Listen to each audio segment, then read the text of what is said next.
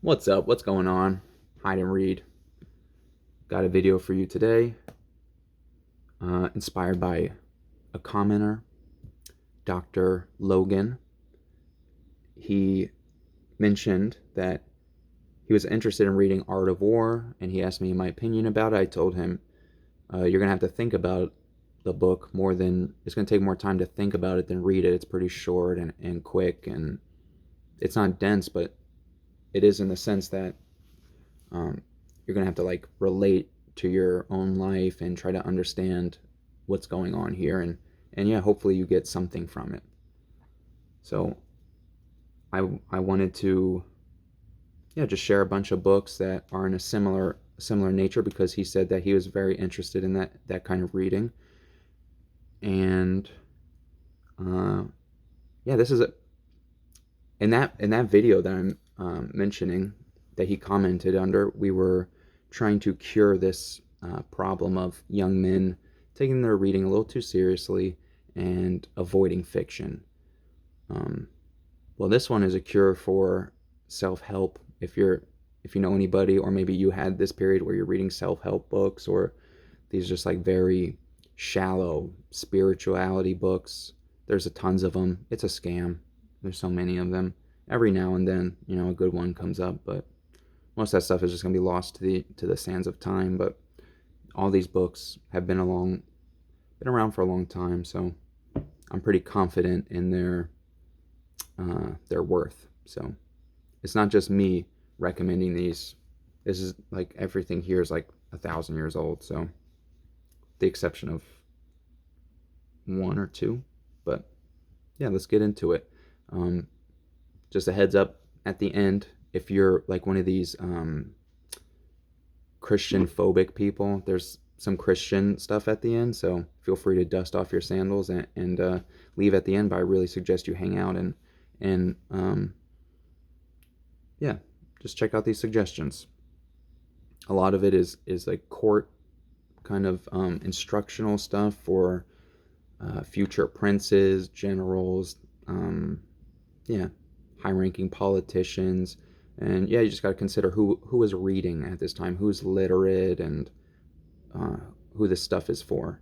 So all this stuff was written for people with lots of power, or people who are expected to wield power in a um, yeah, in a reasonable way. So take it for what you will. We're going to start in China with Confucianism, but I'm not that into it. So the only thing I really enjoy reading is Mencius, and I'm not very well versed in Mencius, but he does a good job explaining Confucianism, but like how it's like put into practice. And he was a student of Confucius, so yeah, it's from that school. So if you see that Mencius, that's what that is. It's a good one. All right. Now, what do I like? We're still in China here. Dao De Ching. And you'll see it's spelled a bunch of different ways, because the T's are actually, it's a sound between D and T that we don't really possess. Our English um, palate doesn't make the shape for these sounds. And the same thing with the C, CH, it could be like a J. So yeah, if you see that Dao De Jing or Dao De Ching, or a bunch of different ways, all the same book. So this is awesome. This is great. All these you can get on Project Gutenberg, by the way, in the public domain. Can't believe I forgot that the other day. Public domain. So yeah, I don't really need to explain too much about this one, right? It's great. It's awesome. If you haven't read it, you should. It's another one. It's so short. Mencius would take you a long time to read, but Dao De Ching is, it's lightning fast. Lightning fast, and in my opinion, it's required reading. Like if you want to be well read, it's kind of crazy if you're not reading that one. Okay.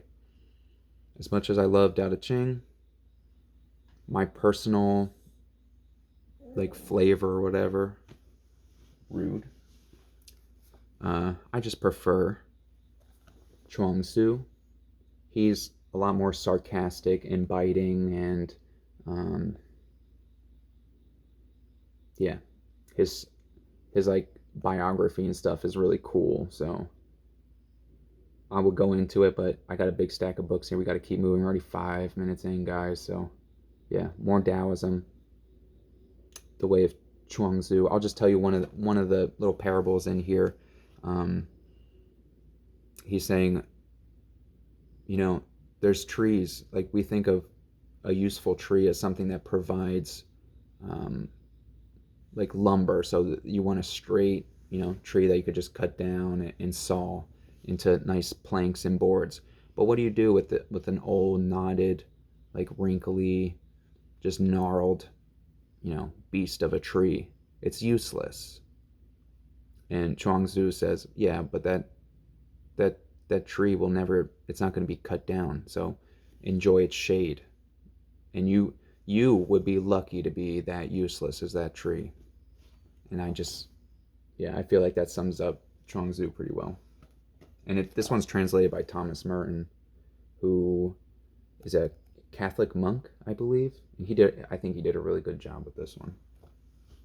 All right. This one was a hidden gem. I don't know. I feel like really fortunate. I never heard anybody talking about this book before or since, and it's really just put me on a good path. Like all these books here are good friends to have, and definitely this one right here. The Art of Worldly Wisdom, Baltasar Gracion, and I'm drawing a bit of a blank, but he was in Spain. He was a monk, but he's from what's that he's a Jesuit. So those dudes have very specific kind of wisdom, and I really highly suggest you check this out. Yeah, it's amazing. It really is. And if you read that and you like that, or maybe you've read it before, you need to tell me in the comments if you read that. I need to know. But yeah, here's another one. Not as good, to be honest. Pocket Mirror for Heroes. Pretty cool. Okay. So that's Baltasar. Cool guy. Good friend to have, like I said. Yeah. This one coming up, I think it's probably my favorite of the bunch. And yeah, every time I read it, it gets deeper and more complex. And yeah, that's The Prince by Niccolo Machiavelli. The way that people use this man's name is just a complete disservice. If you read him, this is the crazy thing, is like people teach you about Machiavelli and they have it 180 degrees wrong. They don't understand because they never read it. Somebody told them this is Machiavelli, and then they just regurgitate it, and that's at a college level. I know it because I interact with these people sometimes, but they're absolutely wrong. They don't know what they're talking about. I don't even think they read it. But yeah, little dumb me, just read this with an open heart. You'll see that Niccolo Machiavelli really does want the best for everyone, but the problem with this is that it requires a lot of force, especially in medieval Italy with all these families and factions fighting each other, and even the history of Niccolo Machiavelli and why he's writing this. And I'm a big fan of the guy, and just yeah, if I had a time machine, he would be on a short list of people I want to talk to. So and if you're like, what the heck are you talking about? Machiavelli is terrible. Machiavellian ideas are all about taking advantage of people and in the worst, possible way. Maybe you need to read this. Machiavellians, Defenders of Freedom, James Burnham. This is not one of these books filled with aphorisms, but it'll give you a really good understanding of the climate that the book was written in, and the man himself. And yeah, this is mind-blowing. And I think we're very fortunate that this book got reprinted, because previously, I mean, if you wanted a copy of this book, like 10 years ago, it would have cost you over $100 for a paperback, because they just weren't going to reprint this. They weren't, nobody wanted to reprint that one. But the demand, money talks, Machiavelli knows about that. And then personally, I just like having just different translations, and if I can get the original language, even though I don't speak Italian, it's just nice. Sometimes I'll just pretend to. And you can, in your mind, if the text is side by side, so you can do a bit of the translation yourself, which is awesome. So, yeah. That's Machiavelli. Okay. Now, I feel like everybody knows this one, right? Meditations, Marcus Aurelius. Awesome book. Great book. Especially for young men. I think Stoicism is completely, it's been hijacked by these some kind of like social media creatures. I don't even know what they are, but they want everyone to think that they're waking up at 4 a.m. and deadlifting and stuff. It's complete nonsense. But don't throw Stoicism out with the bathwater. It's awesome. It's awesome. The problem is, these people, this group of people, they like to imply that Stoicism gets along with Christianity, and they're actually completely opposed to each other. You just can't be Stoic and Christian. And once again, like how people say this is Machiavellian, that's Machiavellian. People say the same thing about Stoicism, but they're not taking into account the full philosophy. They're just they're cherry picking. It's annoying. It's obnoxious. This was a real man, and he had just an amazing mind. So just to share that with him is it's a real gift. And like I said before, we're literate. We take that for granted. If you could read this when it, 100 years after it was written, it's a cheat code on life. It's a cheat code on life. So maybe this would be a good video for these guys that don't want to read fiction. This will confirm some of their bias, and these books, they would definitely enjoy them. All right, now it's going to get a little religious. Obviously, I'm not. I don't belong to a Christian church. I was raised Christian, but it was like a cultural Christianity. It's a little bit different. I'm Russian, but yeah, I went to church a lot.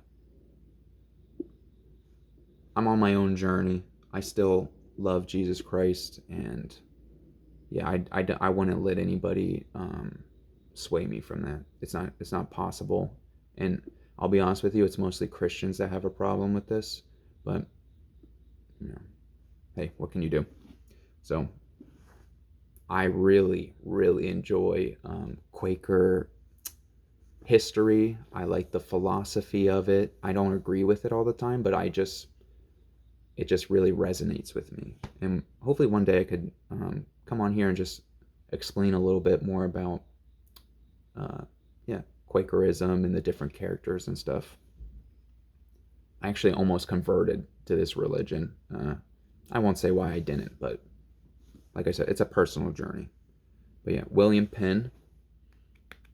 Don't even look at these two. Who cares about these guys? William Penn. And in this book, I have Fruits of Solitude is the title. And yeah, it's just real short, great aphorisms. Just good practical advice for Christians and just anybody, really. Anybody that wants to lead like a peaceful, meaningful life. And yeah, if you didn't know who William Penn is, he purchased all of Pennsylvania for the Quakers. So Pennsylvania, Sylvania probably sounds familiar to you. Like Transylvania means woods, and Penn is Penn's Woods. So Pennsylvania. I got you. That sounds smart. Okay. And then this one is very Christian. If you're a Christian, maybe you don't know about this one. I know the religion, the sect of Christianity that I was raised in, this kind of thing was really frowned upon. But in my opinion, it's just some next level. It's just next level, and that's Thomas à Kempis' Imitation of Christ, and it has everything to do with recognizing Christ and what is Christ, and how do you recognize that in yourself and others, and how we imitate Christ. And that's a path that Christians follow. It's the imitation of Christ. In America, we have this funny saying, what would Jesus do? Everybody likes to say it. I don't really think anybody cares, to be honest.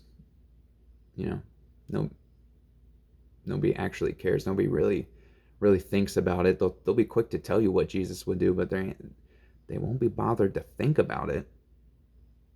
Am I wrong? Let me know in the comments. That's what I got for you guys today. I really enjoy being here, hanging out with you guys. It's awesome. Thank you for watching. It's a long one. They've all been long ones. I need to get out of here and get some reading done. Peace.